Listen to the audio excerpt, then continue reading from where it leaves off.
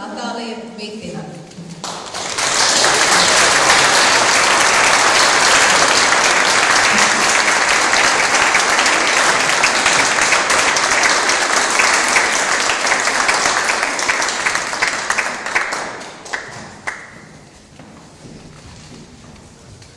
Mums ir vēl viena gada būve.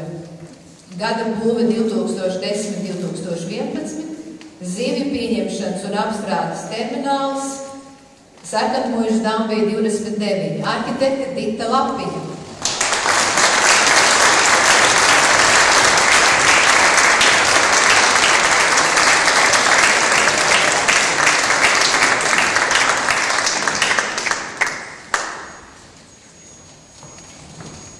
Nākošā gada būve Ventspils Latviešu biedrības nams un Ventspils Jaunrads nams. Rekonstrukcijas autore Anna Kursiša, Sijā virtuve.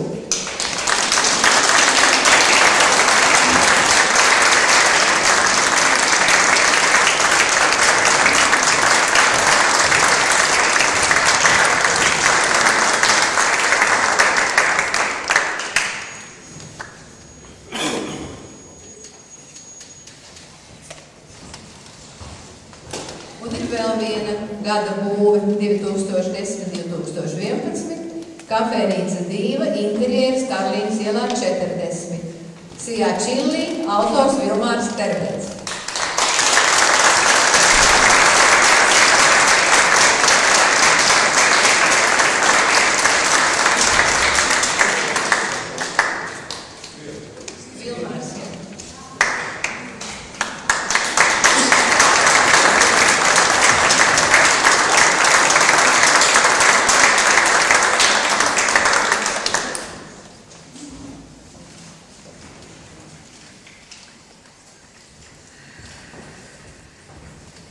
Tik izvērtēts ne tikai būves, kā ļoti svarīgi pilsētvides objekti, ir arī izkārtnes un reklāmas. Un tā gada reklāma ir izkārta ūdens piedzīvojumu parkam, Laukielā 5, Sijā Ava, autors Andris Norītis.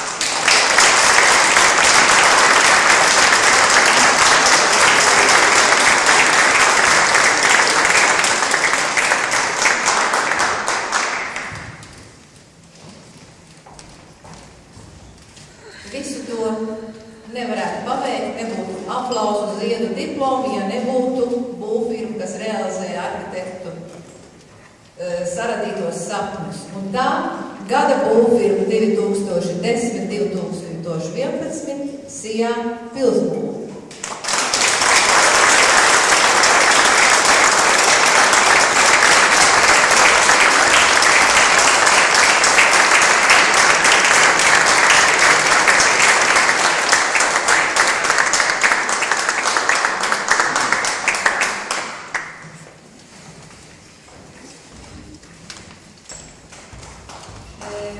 Ne visi var iegūt nosaukumu gada būve, bet tomēr ir kaut kas ļoti jauks radīts. Un tāpēc ir arī dažas atzinības. Atzinība arhitektei Vitai Balodei par veikalu Lūkņa Zvaigžņu ielā 68 veiksmīgu arhitektonisko risinājumu.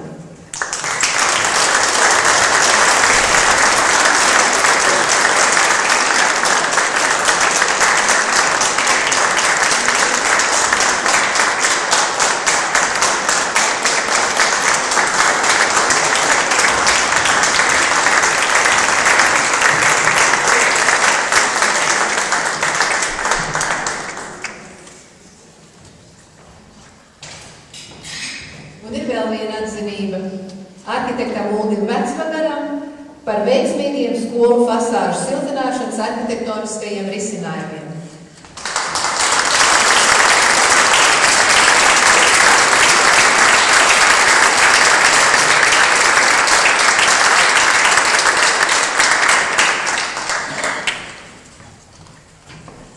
Un tā mēs esam nonākuši pie Grand Prix 2010-2011. Šoreiz ļoti interesants objekts, autori ir divi. Un šis objekts ir mazbānīts. Un lūdzam Sijānu Virtu, kas ir arhitektoniskās daļas autors, saņemt šo pelnīto balvu.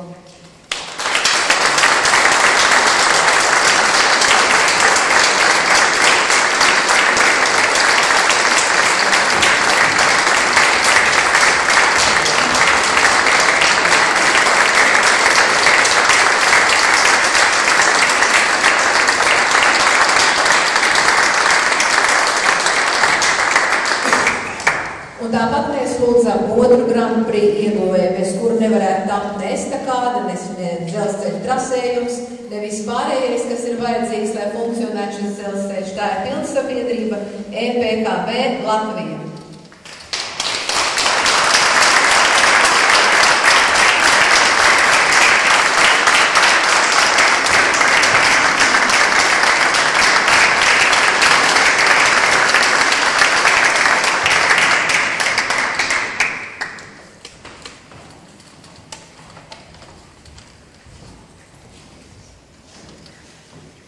Tā, un tas ir kaut kas ļoti svarīgs, kas ir jāpiestiprina pie objekta, lai visi redz, ka šis objekts ir ieguvis balvu Grand Prix.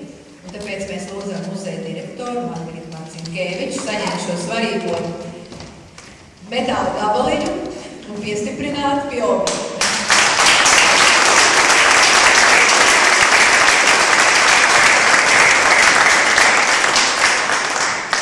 Un tagad es vēlētos pateikties vienam cilvēkam par izcilu ieguldījumu ne tikai Ventspils, bet es domāju arī visas Latvijas arhitektūras attīstībā, arī tajos daudzos veiksmes stāstos, kas ir Ventspilī un Latvijā.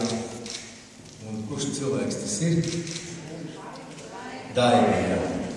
Paldies, Daiga.